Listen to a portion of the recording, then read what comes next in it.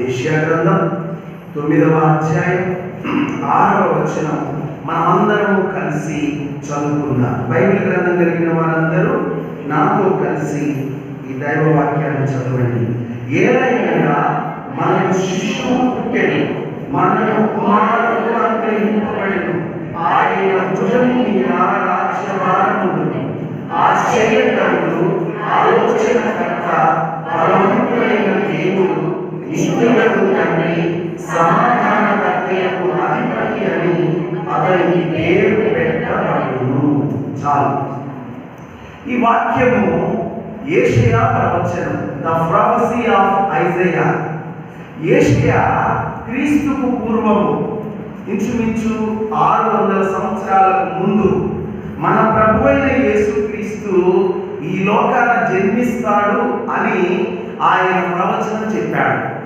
ఆ ప్రవచనము ప్రవక్తల ద్వారా చెప్పబడిన ప్రవచనము మన ప్రభువైన యేసుక్రీస్తు వారు నెరవేర్చాడు. కాబట్టి ఆయన గురించి పాత నిబంధన కాలంలో వ్రాయబడిన ప్రవక్తల ద్వారా చెప్పబడిన మాటలన్నీ మన ప్రభువైన యేసుక్రీస్తు వారు నెరవేర్చిన దేవుడు. కాబట్టి పాత నిబంధనలో క్రీస్తు మరుగై ఉన్నాడు, క్రొత్త నిబంధనలో క్రీస్తు ప్రత్యక్షమయ్యాడు. కాబట్టి మరుగై ఉన్న దేవుడు క్రొత్త నిబంధనలో ప్రత్యక్షతను కనపరిచిన ప్రభువుగా మనము యేసు ప్రభు వారిని గురించి తెలుసుకోవాల్సిన వారమైనా. ఇక ఈ లేఖనంలో ప్రత్యేకంగా మనం గమనించినట్లయితే ప్రభు వారికి 5 పేర్లు ఇవ్వబడ్డాయి. ఆయన 5 పేర్లు కలిగిన వాడు. ఒక్కడే 5 గుణలక్షణాలు కలిగిన దేవుడిగా హీ హ్యాస్ 5 పర్సనాలిటీస్, 5 వ్యక్తిత్వాలు కలిగిన వ్యక్తిగా ఆయన ఉన్నాడు. మొట్టమొదటిగా ఆయన ఆశ్చర్యకరుడు, వండర్ఫుల్. రెండవదిగా ఆయన ఆలోచనకర్త, కౌన్సిలర్. మూడవదిగా ఆయన బలవంతుడైన దేవుడు, మైటీ గాడ్. నాలుగవదిగా ఆయన నిత్యుడగు తండ్రి, ఎవర్ లాస్టింగ్ ఫాదర్. ఐదవదిగా ఆయన సమాధానకర్తయగు అధిపతి, ద ప్రిన్స్ ఆఫ్ పీస్. కాబట్టి సమాధానానికి ఆయనే కర్త. ఈ గొప్ప 5 గుణలక్షణాలు కలిగిన ఈ దేవుడి గురించి మనం ఈ సంవత్సర కాలం అంతా బోధించినా ఇంకా గొడవగానే ఉంటుంది. ఎందుకంటే ఆశ్చర్యకరుడు అనే మాటలో నేను ఇప్పుడు ఇవ్వబోతున్నది 3వ వర్తమానం. ఆశ్చర్యకరుడు అనే మాటలో 3వ వర్తమానము ఈ సమయంలో మనం వినబోతున్నాం. గమనించండి, ఆశ్చర్యకరుడు, wonderful. His name will be shed. His name, ఆయన పేరు ఏమని పిలువబడింది? Wonderful, wonderful. His name will be called wonderful. ఆయన పేరు ఆశ్చర్యకరుడు అని పిలువబడింది. కాబట్టి ఆశ్చర్యకరుడైన దేవుడిగా ఆయన ప్రజల జీవితంలో ఆయన చేసే 4 ఆశ్చర్య కార్యాలు పరిశుద్ధ గ్రంథమైన బైబిల్లో నుండి ఈ సమయంలో మనం క్లుప్తంగా చూసి ఆరాధనలో ప్రవేశిద్దాం. ఆయన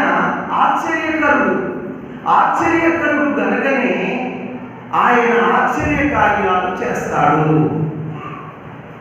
ఆశ్చర్యకరుడైన దేవుడు ఆశ్చర్య కార్యాలు చేస్తాడు. ఆయన చేయు ఆశ్చర్య కార్యాలు ఎలాంటివో ఆయన ఆశ్చర్య కార్యాలను బట్టి ఆయన కృతజ్ఞతాస్తుతులు పొందుకుంటాడు. ఆయన అసలు ఆశ్చర్య కార్యాలు ఎందుకు చేస్తున్నాడు? ఆయన నామాన్ని మహిమపరిచి మనం ఆయనకు కృతజ్ఞతాస్తుతులు చెల్లించేటట్లు ఆయన మన ఎడల ఆశ్చర్య కార్యాలు చేస్తున్నాడు. ఈ ఆశ్చర్య కార్యాల గురించి నేను ఆలోచన చేస్తుంది. నేను దినం ప్రభు సన్నిధిలో ఆలోచన చేస్తున్నప్పుడు ప్రభు నాకు ఒక వాక్య భాగాన్ని చూపించాడు. రండి, 107వ కీర్తన, పరిశుద్ధ గ్రంథం బైబిల్ 107వ కీర్తన. 107వ కీర్తన వాక్యము మనం గమనించినట్లయితే 6, 7 వచనాలు. వారు కష్టకాలమందు యెహోవాకు మొరపెట్టిరి, ఆపదలో నుండి వారిని విడిపించెను. వారొక నివాసపురము చేరునట్లు చక్కని త్రోవను ఆయన వారిని నడిపించెను. 8వ వచనం, ఆయన కృపను బట్టి నరులకు ఆయన చేయు ఆశ్చర్య కార్యములను బట్టి వారు యెహోవాకు కృతజ్ఞతాస్తుతులు చెల్లించుదురు కాక. కాబట్టి ఇక్కడ దేవుడు ఆయన కృతజ్ఞతాస్తుతులు మనము చెల్లించుటకు, ఆయన మనకు నరులమైన మనకు ఆయన ఆశ్చర్య కార్యాలు చేస్తున్నాడు. ఆయన ఆశ్చర్య కార్యాలు ఎందుకు చేస్తున్నాడు? ఆయన ఆశ్చర్య కార్యాలను బట్టి మనం ఆయనకు ఏమి చెల్లించాలి? కృతజ్ఞతాస్తుతులు చెల్లించాలి. కాబట్టి ఆయన నరులకు చేయు ఆశ్చర్య కార్యములలో మొట్టమొదటిది ఏమిటి అని అంటే ఆధ్యాత్మికమైన భౌతికమైన విడుదల మన ప్రభువైన యేసుక్రీస్తు వారు మనకు అనుగ్రహించేవారు. ఆధ్యాత్మికమైన భౌతికమైన విడుదల మనకు ఇచ్చేవాడు. ఇవి రెండు మనకు ప్రభు ఇస్తాడు. ఆధ్యాత్మిక విడుదల ఇస్తాడు, భౌతికమైన విడుదల ఇస్తాడు.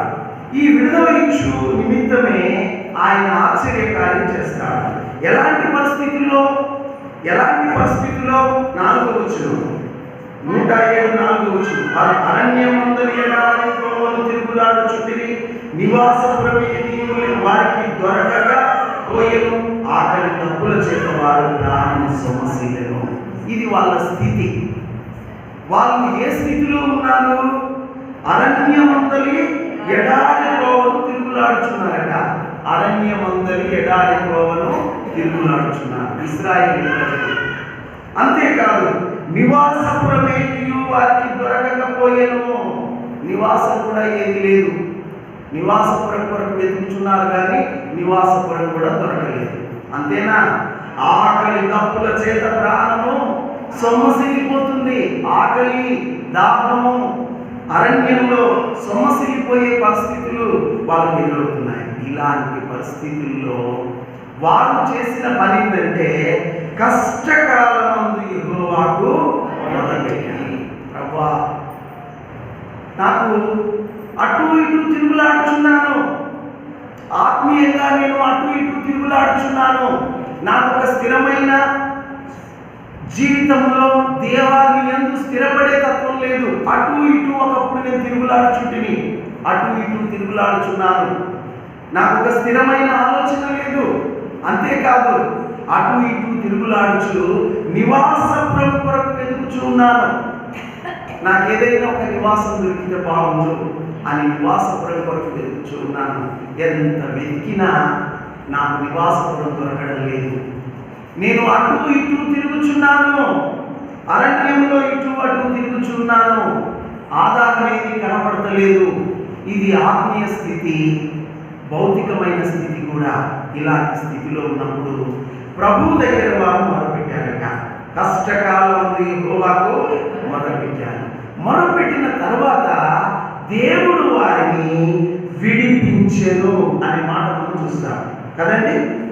కష్టకాలమందు వారు యెహోవాకు మొరపెట్టిరి, ఆయన వారి ఆపదలో నుండి వారిని విడిపించెను. కాబట్టి ఆపదలో నుండి విడిపించినాడు. ఎలా విడిపించాడు? వారు నివాసపురము చేరునట్లు చక్కని త్రోవను ఆయన వారిని నడిపించెను. దేవునికి స్తోత్రం. ఇంతకుముందు వీళ్ళకు ఏమీ లేదు, నివాసపురం దొరకకపోయేను. నివాసపురం వారికి లేదు. నివాసపురం లేక ఆకలి దప్పులతో అలమటిస్తూ ఇబ్బందుల్లో ప్రభువుకు మొరపెట్టారు. అప్పుడు దేవుడు వారిని విడిపించాడు. ఎలా విడిపించాడు? వాక్యం సెలవిస్తుంది ఏంటంటే వారిని నివాసపురం చేరునట్లు, వారి నివాసపురం చేరునట్లు చక్కగా పోయే త్రోవన వారిని నడిపించాడు. నివాసపురం లేని వారికి దేవుడు ఏమిచ్చాడు? నివాసపురం చేరునట్లు చక్కగా నడిపించాడు. చక్కగా నడిపించాడు. ఆ నివాసపురానికి చేరాము. ఇప్పుడు నివాసపురానికి చేరిన తర్వాత ఇప్పుడు మనం ప్రభువా నీ కృప. ఇంతకుముందు మాకేమి లేదు, నివాసపురం ఏమీ లేదు. అలాంటి మాకు నిన్ను మొరపెట్టుకోగా మాకు నివాసపురం ఇచ్చావు అని ఆయన కృపను బట్టి మనం ఆయనను స్తుతిస్తూ ఉన్నాం. అదే వాక్యం ఉంది కదండి, 8వ వచనం. ఆయన కృపను బట్టి నరులకు ఆయన చేయు ఆశ్చర్య కార్యములను బట్టి. ఇప్పుడు ఆయన ఆశ్చర్యం ఏందో నాకు అర్థమైంది. ఒకప్పుడు నాకు నివాసపురం లేదు, నివాసపురం లేక ఇటు అటు తిరుగులాడుచున్నాను, నివాసపురం లేక ఇటు అటు తిరుగులాడుచున్నాను. ఆయనకు మొర్రపెట్టాను. మొర్రపెట్టినప్పుడు ఆయన నివాసపురము చేరున్నట్లు చక్కని త్రోవను ఆయన నన్ను నడిపించాడు. ఆయన మందిరం అనే నివాసపురంలోనికి చేర్చినాడు. ఆయన మందిరం అనే నివాసపురంలోనికి చేర్చినాడు. ఇప్పుడు ఆయన ఆశ్చర్య కార్యాలు నాకేంటో తెలుసు. ఎందుకు అనంటే ఇంతకు ముందు ఉన్న స్థితి ఇప్పుడు ఉన్న స్థితి ఇలా కలిగింది అని అంటే ఆయన ఏం చేసినాడు? ఆశ్చర్య కార్యాలు చేసినాడు. కాబట్టి ఆయన ఆశ్చర్య కార్యాలు చేయటను బట్టే నివాసపురంలోనికి మనం చేర్చబడ్డాం. కాబట్టి నివాసపురం అంటే భౌతికంగా ఒక గృహం కావచ్చు, ఆధ్యాత్మికంగా దేవుని మందిరం. ఇంతకుముందు నీకు నివాసపురం లేకపోవచ్చు, దేవునికి స్తోత్రం, నీకు ఒక నివాసపురం ఇచ్చాడు. ఇంతకుముందు నీ జీవితంలో మందిరం అనే నివాసపురం లేకుండా ఉండొచ్చు, కానీ ఇప్పుడు నిన్ను ఆయన మందిరం అనే నివాసపురానికి చేర్చాడు. అందును బట్టి మనం ఆయనకు కృతజ్ఞతాస్తుతులు చెల్లించాలి. చూడండి 33 ద్వితీయోపదేశ కాండము దేవుడి వాక్యంలో ఈ నివాస స్థలము అన్న మాటలో ఒక మంచి మాట వ్రాయబడి ఉంది. ద్వితీయోపదేశ కాండము 33వ అధ్యాయము 27వ వచనం. శాశ్వతుడైన దేవుడు నీకు నివాస స్థలము, నిత్యముగా నువ్వు బాహువులు నీ క్రింద నుండును. ఆయన ఎదుట నుండి నీ శత్రువులను వెళ్ళగొట్టి నశింపజేయమనెనో. నేను నీకు అధికారం ఇచ్చాను, నీ శత్రువులను వెళ్ళగొట్టి నీవు ఈ స్థలాన్ని స్వాధీనపరచుకో అని ఇశ్రాయేలు ప్రజలకు దేవుడు అధికారంతో కూడిన ఆయన ఏర్పాటించాడు. ఆ విధంగా మనకు కూడా ఆయనే నివాస స్థలం. శాశ్వతుడైన దేవుడే నీకు నివాస స్థలంగా ఆయనని ఏర్పడ్డాడు. అందును బట్టి ఆయన కృపను బట్టి నివాసపురం లేని వారికి నివాసపురం ఇచ్చి ఆయన ఆత్మీయంగా విడుదల, భౌతికంగా విడుదల కలగజేసినందుకు మనం ఆయనకి ఏం చెల్లించాలి? నరులు ఆయన ఆశ్చర్య కార్యములను బట్టి ఆయన కృతజ్ఞతాస్తుతులు చెల్లింపవలని. రెండవదిగా ఆయనకు మనం కృతజ్ఞతాస్తుతులు చెల్లించడానికి మరలా ఆయన మనల్ని విడిపించే రెండవ విషయం ఏంటంటే చీకటిలో నుండి, మరణాంధకారంలో నుండి మనలను విడిపించి మన ద్వారా ఆయన కృతజ్ఞతాస్తుతులు పొందడానికి ఆయన ఇష్టపడుతున్నాడు. ఎక్కడి నుండి విడిపించి? చీకటిలో నుండి, మరణాంధకారంలో నుండి విడిపించి ఆయన కృతజ్ఞతాస్తుతులు పొందుకోబోతున్నాడు. ఇది 107వ కీర్తనలోనే 2వ భాగంలో మనం చూస్తాం. రండి 107వ కీర్తన పరిశుద్ధ గ్రంథం 107వ కీర్తనలో ఆ వచనం చూడాలి. 107వ కీర్తనలో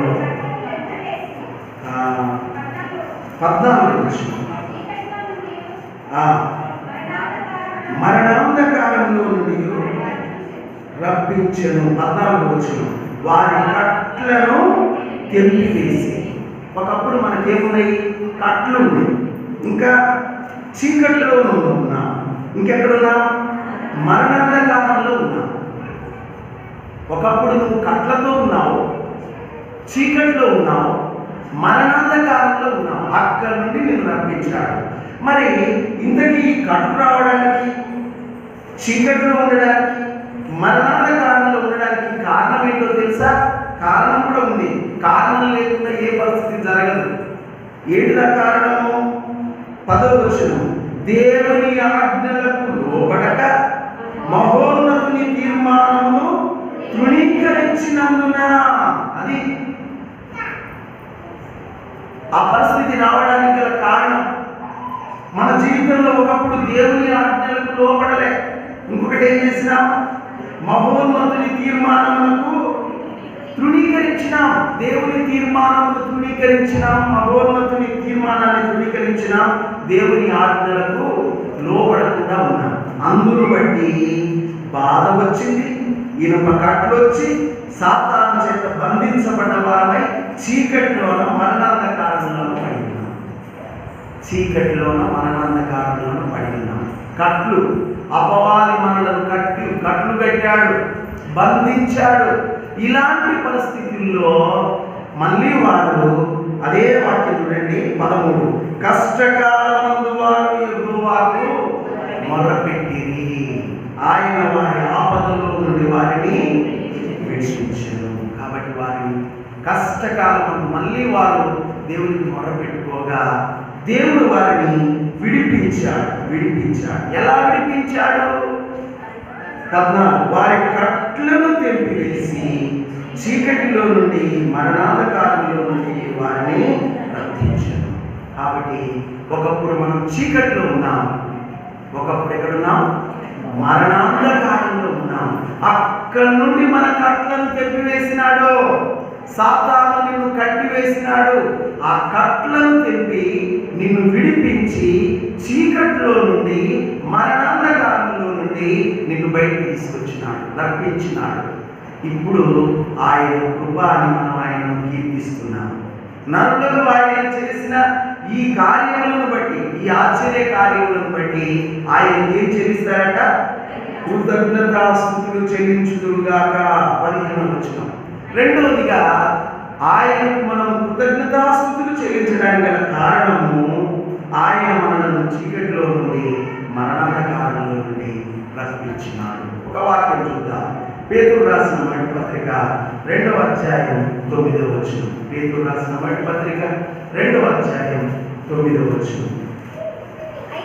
అయితే మీరు చీకటిలో నుండి ఆశ్చర్యకరమైన తన వెలుగులోకి మిమ్మల్ని పిలిచిన వారిని గుణాతిశయములను ప్రచురం చేయ నిమిత్తము రేపరచబడిన వృక్షము, రాజులైన యాజక సమూహము, పరిశుద్ధ జనము, దేవుని సొత్తైన ప్రజలై ఉన్నారు.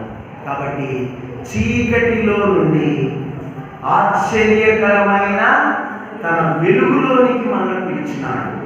చూడండి, ఇక్కడ 2 మాటలు ఉన్నాయి. చీకటిలో నుండి మరణాంధకారంలో నుండి మనల్ని రప్పించెను అని ఉంది. కాబట్టి ఆయన చీకటిలో నుండి మనల్ని రప్పించినాడు. రెండోది, మరణాంధకారంలో నుండి మనలను రప్పించినాడు. కాబట్టి ఇలాంటి దేవుడు ఈ కార్యం మనలో చేసినందుకు మనం ఆయనకు కృతజ్ఞతాస్తుతులు చెల్లించాలి, నరులమైన మనం. కాబట్టి ఓ దేవా, భక్తుడు మొరపెడుచున్నాడట, ఓ దేవా, నన్ను అసత్యములో నుండి సత్యములోనికి, మరణములో నుండి జీవములోనికి, ఇంకా చీకటిలో నుండి వెలుగులోనికి నన్ను నడిపించు అని భక్తుడు ప్రార్థిస్తున్నాడట. అసతోమా సద్గమయ, తమసోమ జ్యోతిర్గమయ, మృత్యోర్మ అమృతాంగమయ. O lord, lead me from unreal to real. ప్రభువా, నన్ను అసత్యము నుండి సత్యములోనికి నడిపించు. ఒకప్పుడు మనం అసత్యంలో ఉన్నాం, ఇప్పుడు మనల్ని దేవుడు ఎక్కడికి నడిపించాడు? సత్యములోనికి నడిపించాడు. ఎవరు సత్యం? యేసే సత్యం. He is not fiction, he is true. ఆయన కల్పన కథ కాడు, ఆయన వాస్తవం. భూమి మీద మానవుడుగా దేవుడు వచ్చినాడు. ఆయనే ప్రభు అయిన యేసుక్రీస్తు. ఆయన సత్యం. ఆయన సత్యం అనడానికి రుజువు ఏంటంటే చరిత్రకాయనే వారది. చరిత్రకాయనే వారది. చరిత్ర చెప్పాలి అంటే క్రీస్తు పూర్వం, క్రీస్తు శకం. అందుకొరకే క్రీస్తు లేకుండా లేకుండా చరిత్ర లేదు. క్రీస్తు లేకుండా చరిత్ర లేదు. There is no history without Christ. ఇది నగ్న సత్యం. ఎందుకు నేను ఈ విషయాలు చెప్తున్నాను అంటే ఆయన మనల్ని అసత్యము నుండి సత్యంలోకి నడిపించాడు. రెండోది, from darkness to light. O lord lead me from darkness to light. ఓ దేవా, నన్ను చీకటిలో నుండి వెలుగులోనికి నడిపించు. ఒకప్పుడు నువ్వు చీకటిలో ఉన్నావు, ఇప్పుడు నిన్ను ఎక్కడికి నడిపించాడు? వెలుగులోకి నడిపించాడు. వెలుగు అంటే జీవపు వెలుగు. ఒక చెడు ప్రవర్తన నుండి మంచి ప్రవర్తనకు రావడమే జీవపు వెలుగు. వెలుగు అంటే కొంతమంది అనుకుంటున్నారు కదా, యేసుప్రభు నమ్మిన వాళ్ళ మీద ఏమైనా వెలుగు వస్తుందేమో. ఆ వెలుగు కాదు, ఆత్మీయ అర్థం. వీరి జీవితంలో, వీరి ప్రవర్తనలో ప్రత్యేకత. వీరు చెడు ప్రవర్తనను వదిలిపెట్టి మంచి ప్రవర్తన కలిగిన జీవితం వారు కలిగి ఉంటారు సొసైటీలో. అదే వెలుగు, జీవపు వెలుగు. ఈ జీవపు వెలుగులోనికి ప్రభు మనల్ని నడిపించాడు. తర్వాత మరణము, మరణాంధకారము. O lord lead me from death to immortality. నన్ను మరణము నుండి ఎక్కడికి నడిపించు? జీవంలోనికి నడిపించు. కాబట్టి ఒకప్పుడు మనం మరణంలో ఉన్నాం, ఇప్పుడు మనల్ని ప్రభు ఎక్కడికి నడిపించాడు? జీవంలోనికి నడిపించాడు. అందును బట్టి నరులకు ఆయన చేసిన ఈ ఆశ్చర్య క్రియలను బట్టి, కార్యములను బట్టి వారు ఆయనకు కృతజ్ఞతాస్తుతులు చెల్లించుదురు అని రెండో మాట రాయబడింది. మొదటిది, ఆత్మీయ భౌతికమైన విడుదల ఇచ్చి ఆయన ఆశ్చర్య కార్యాలు జరిగిస్తాడు. రెండోది, మరణము, చీకటిలో నుండి, మరణాంధకారంలో నుండి మనల్ని విడిపించి ఆయన ఆశ్చర్య కార్యాలు మన ఎలా జరిగిస్తాడు. మూడోది, అనారోగ్యం నుండి, ఆపద నుండి విడిపించి మనకు ఆయన ఆశ్చర్య కార్యాలు తెలియజేస్తాడు. మూడోది, దేని నుండి? అనారోగ్యము నుండి, ఆపద నుండి విడిపించి తన మహిమను చూపిస్తాడు. అప్పుడు ప్రభువా నువ్వు ఆశ్చర్య కార్యాలు చేసినామని మనం స్తుతిస్తాం. ఇది నా మాట కాదు, అక్కడే ఉంది చూడండి. 107వ కీర్తనలో, తన వాక్కును పంపి బాగు చేసి పడిన గుంటలో నుండి లేవనెత్తెను. ఆయన కృపను బట్టి, నరులకు ఆయన చేయు ఆశ్చర్య కార్యములను బట్టి వారు ఆయనకు యెహోవాకు కృతజ్ఞతాస్తుతులు చెల్లించుదురు గాక. ఎన్నో వచనమండి? 20వ వచనం. ఒకసారి చదవండి అది. ఆయన తన వాక్కును పంపి వారిని బాగు చేశాడు. ఎలా బాగు చేశాడు దేవుడు? తన వాక్కును పంపి బాగు చేశాడు. కాబట్టి ఈ స్వస్థత రెండు, ఒకటి స్పిరిచువల్, రెండోది ఫిజికల్. ఆత్మీయ స్వస్థత, భౌతికమైన స్వస్థత. ఆత్మీయ స్వస్థత మనకు వాక్యాన్ని బట్టి కలిగింది, భౌతికమైన స్వస్థత కూడా వాక్యాన్ని బట్టి కలిగింది. ఆయన వాక్కును పంపి మనల్ని ఏం చేసినాడట? బాగు చేశాడు. ఆయన వాక్కే మనల్ని బాగు చేసింది. వాక్కు అనగా దేవుని మాట. శతాధిపతి ప్రభు దగ్గరికి వచ్చి అంటాడు, ప్రభువా నా ఇంట్లోకి నువ్వు రావడానికి నాకు అర్హత లేదు. జస్ట్ నువ్వు ఎక్కడ ఉన్నావో అక్కడనే నిలబడి బ్రతుకుతడు పో అని చెప్పు, అంతే. బ్రతుకుతడు పో అని చెప్పు. నేను మా చిన్న మనవరాల విషయంలో కూడా డాక్టర్స్ అంత బ్రతకడు అన్నప్పుడు అదే ప్రార్థన చేశాను. ప్రభువా నువ్వు బ్రతుకుము అని చెప్పు, ఆ బిడ్డ బ్రతుకుద్ది. డాక్టర్ ఏమో బ్రతకడు అంటున్నారు, కానీ నువ్వు మాత్రము ఏమని చెప్పు? ప్రభువా బ్రతుకుము అని చెప్పు, ఆ బిడ్డ బ్రతుకుద్ది. ఆయన చెప్పాడు అంతే, బ్రతుకుము అని చెప్పాడు, బ్రతికింది. ఆయన వాక్కు నీ దాసుడు బ్రతుకుచున్నాడు పో అని చెప్తే చాలు. చెప్పాడు, ఆ మాట ప్రకారం నేను చనిపోవలసిన వాడు ఏమయ్యాడు? బ్రతికాడు. అంటే భౌతిక విడుదల. రెండోది స్పిరిచువల్, ఆత్మీయమైన విడుదల ఏంటి అని అంటే పాపముల చేత, అపరాధముల చేత మనల్ని ఆయన వాక్కు చేత బ్రతికించాడు. ఇది ఆత్మీయ విడుదల. ఆయన వాక్యం మనల్ని శారీరకంగా బ్రతికించింది, ఆత్మీయంగా బ్రతికించింది. ఆయన వాక్కు పంపి. మరొక మాట, వాక్కు అంటే మన ప్రభు అయిన యేసుక్రీస్తే వాక్కు.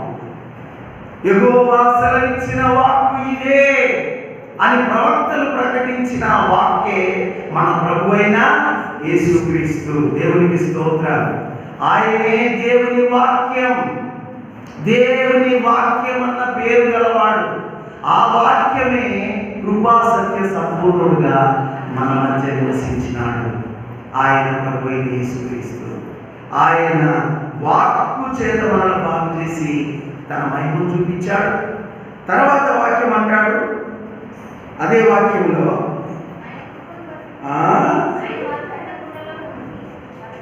వారు పడిన గుంటలో నుండి వారిని విడిపించారు. ఒకటి వాక్కును పంపి బాగు చేసినాడు.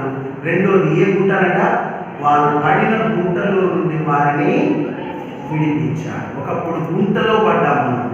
గుంటలో పడిన మనల్ని ప్రభు విడిపించాడు. ఇంతకీ ఆ గుండె ఏంటో? కీర్తనలు 42 కీర్తనలు 42 నాశనకరమైన గుంట నుండి, జిగటగల దొంగ ఊపి నుండి ఆయన నన్ను పైకెత్తాను. నా పాదములు బండ మీద నింపి నా అడుగులు స్థిరపరచను. దేవుని స్తోత్రం. నాశనకరమైన గుంట నుండి. ఒకప్పుడు మనం గుంటలో పడి ఉన్నాం. గుంటలో పడి ఉన్న మనల్ని ఆ గుంట నుండి పైకి లేపినాడు, విడిపించినాడు. ఇప్పుడు మనము ఆయన కృపను బట్టి, మనకు ఆయన చేసిన ఆశ్చర్య కార్యములను బట్టి మనం ఆయనకి ఏం చెల్లించాలి? కృతజ్ఞతాస్తుతులు చెల్లించాలి. ఈ విధంగా ఇది 3వ మాట. ఇక 4వదిగా ఆయన మనల్ని తుఫాను నుండి విడిపించాడు. దేని నుండి విడిపించాడు? తుఫాను నుండి విడిపించాడు. అది భౌతికమైన తుఫాను కావచ్చు, ఆధ్యాత్మికమైన తుఫాను కావచ్చు. చూడండి, 107వ కీర్తన 25వ వచనం. 107వ కీర్తన 25వ వచనం. ఆయన సెలవీయగా తుఫాను పుట్టెను, దాని తరంగములను పైకెత్తెను. వారు ఆకాశం వరకు ఎక్కుచు, అగాధం వరకు దిగుచు ఉండేది. శ్రమ చేత వారి ప్రాణం కరిగిపోయింది. మత్తులైన వారి వలె వారు ముందుకు వెనకకు దొర్లుచు, ఇటు అటు తూర్చుండి, వారికి ఎటు తోచక ఉండేది. శ్రమకు తాళలేక వారు యెహోవాకు మొరపెట్టిరి. ఇది ఒకప్పటి పరిస్థితి. కాబట్టి వారి జీవితంలో తుఫాను వచ్చేసింది. ఈ తుఫానుకి ఎవరు సెలవిచ్చినట? ఎంత చక్కగా ఉందని. తుఫానుకు ఆజ్ఞాపించిన వాడు ఆయనే. బంగాళాఖాతంలో తుఫాను అని మనం వింటుంటామే. బైబిల్లో దైవవాక్యం ఏం చెప్తుంది? ఆయన సెలవీయగా తుఫాను పుట్టెను. ఇది మనకు తెలుసు. తుఫాను ఎట్లా పుడుతుందనేది బైబిల్ చదువుతున్న మనకి ఇది తెలుసు. ఆయన సెలవిచ్చిందట తుఫానుకు. ఆయన సెలవిస్తే తుఫాను పుట్టింది. ఆయనే సెలవిచ్చాడు. ఆ తుఫాను లేచింది. ఈ తుఫాను మామూలు తుఫాను కాదట. ఆకాశములకు ఎక్కుచు అగాధములకు దిగుచున్నారట. ఎందుకంటే వారు ప్రయాణంలో ఉన్నారు. ఆ సముద్రంలో ప్రయాణంలో ఉన్నారు. తుఫాను వచ్చినప్పుడు అలలు ఏం చేస్తాయి? ఉవ్వెత్తున పైకి లేస్తాయి. అలా పైకి లేసినప్పుడు ఒక్క అల ఎక్కపోయినట్టు పోయింది, ఆకాశానికి పోయినట్టు పోయింది. మళ్ళీ అలా ఒక్కసారి పైకి లేచి ఏమైపోతుంది చెప్పండి? దన్నబడి కింద పడుతుంది. కింద పడ్డ అల ఎలా ఉన్నది? అది ఆకాశం. కింద పడ్డ అలా అగాధం. అప్ అండ్ డౌన్స్, పైకి కిందికి, పైకి కిందికి, ఎటు తోచక ఉండిరి. ఏమైపోతాము? ఎటు అర్థం కావట్లేదు, ఎటు దిక్కు తోచడం లేదు. ఇలాంటి పరిస్థితి దేవుడు తీసుకొచ్చినప్పుడు వారు కష్టకాలంలో, ఆపదలో ప్రభువుకు మొరపెట్టుకున్నారు. ప్రభువా, ఈ తుఫాను నుండి మమ్మల్ని విడిపించవా అని ఆయన మొరపెట్టుకున్నారు. మొరపెట్టుకోగానే ప్రభు చేసిన పని చూడండి. ఆయన వారి ఆపదలో నుండి వారిని విడిపించి. ఈ సందర్భంగా ఒక వాక్యం మనం చూసుకున్నాం. దేవుని వాక్యము మత్తయి సువార్త 14:24. మత్తయి సువార్త 14:24. అప్పటికి ఆ ధోని దానికి దూరముగా ఉండగా గాలి ఎదురైన అలల వలన కొట్టబడుచున్నది. రాత్రి 4వ జామున ఆయన సముద్రం మీద నడుచుచు వారి వద్దకు వచ్చారు.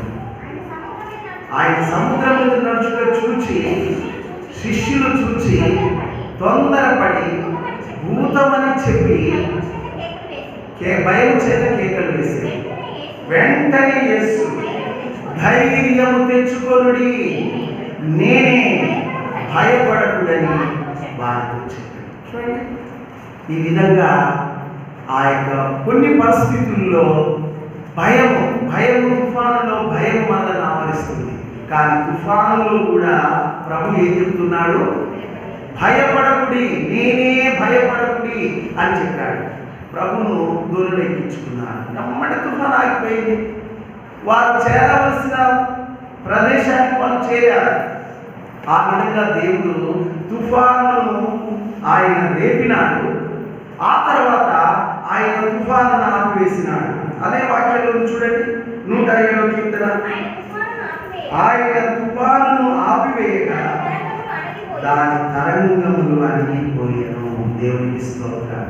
తుఫానును ఆజ్ఞాపించింది ఆయనే. తుఫానును ఆపివేసింది కూడా ఆయన. తుఫానును ఆపివేయగా దాని తరంగములు ఏమైపోయినాయట? అణిగిపోయింది. ప్రశాంతం, నిమ్మలమాయనని ఉందా లేదా వాక్యం? చూడండి, అది నిమ్మలమైనదని వారు సంతోషించారు.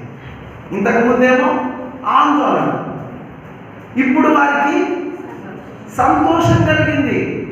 ఇప్పుడు ఆయన కృపను బట్టి నరులకు ఆయన చేయు ఆశ్చర్యకార్యం. అంతే కదండి, తుఫానులో నుండి వచ్చుటను బట్టే ఆయన ఆశ్చర్యకార్యం మనకు అర్థమైంది. కాబట్టి ఆయన ఆశ్చర్యకార్యములను బట్టి వారు ఆయనకు కృతజ్ఞతాస్తుతులు చెల్లించున్నారు. కాబట్టి ఇలాంటి ప్రభువు ఆయన నరులకు చేయు ఆశ్చర్యకార్యములను బట్టి ఆయనకు కృతజ్ఞతాస్తుతులు ప్రజలు చెల్లించినారు. అదేవిధంగా మనము ఈ ఆశ్చర్యకార్యాలు చేసిన ప్రభువునకు మనం కృతజ్ఞతాస్తుతులు ఈ సమయంలో చెల్లిద్దాం. ప్రార్థన, మరి దేవుని సన్నిధిలో ఆరాధన చేసుకుందాం. అందరూ మోకరించండి, ఆరాధన చేస్తున్నాం.